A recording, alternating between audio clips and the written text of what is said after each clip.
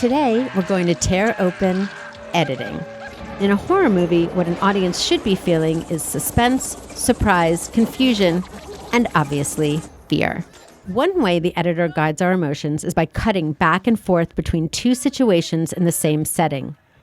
The sort of safe one and the totally not safe one. No! So every time the camera cuts away, we never know what we're going to get when we cut back to it.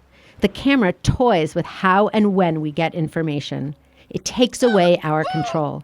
And humans like to feel like they have control. It's why, even though flying is statistically safer than driving, many people have a fear of flying because they aren't the ones controlling the wheel. Alex, could you trade seats with Blake so she and I could sit together?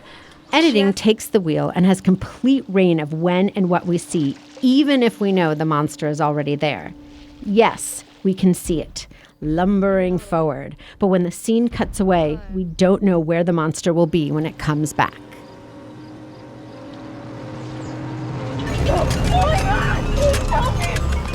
Jay, what is it? We're as helpless as they are, making us its victims too. Speaking of victims, one of the most famous is Marion Crane in Alfred Hitchcock's classic, Psycho.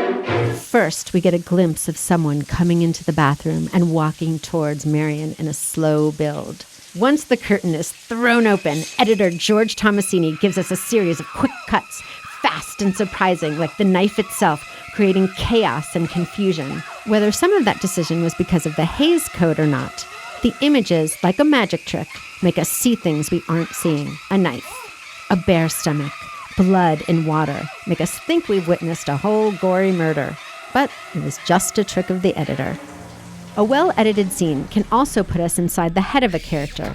A series of transitions, or jump cuts, disorient us. They manipulate our sense of time and space. They convey confusion, being lost, afraid, hoping we can find our way back to safety. Probably not, though. We'll probably end up dead. Jump cuts can build tension in other ways, too.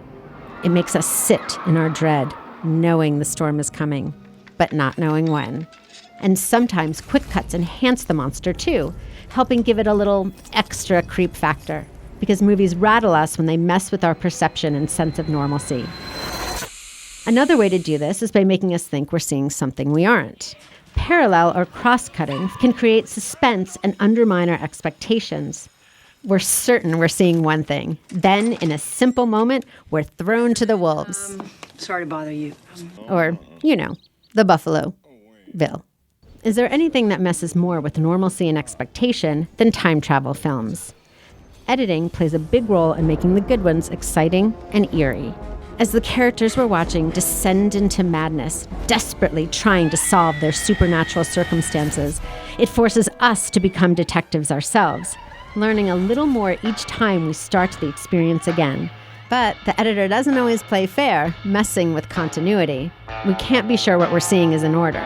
It makes us feel just as out of place and uncomfortable as the protagonist. The scenes offer us something we think we know and then rips the reality out from under us.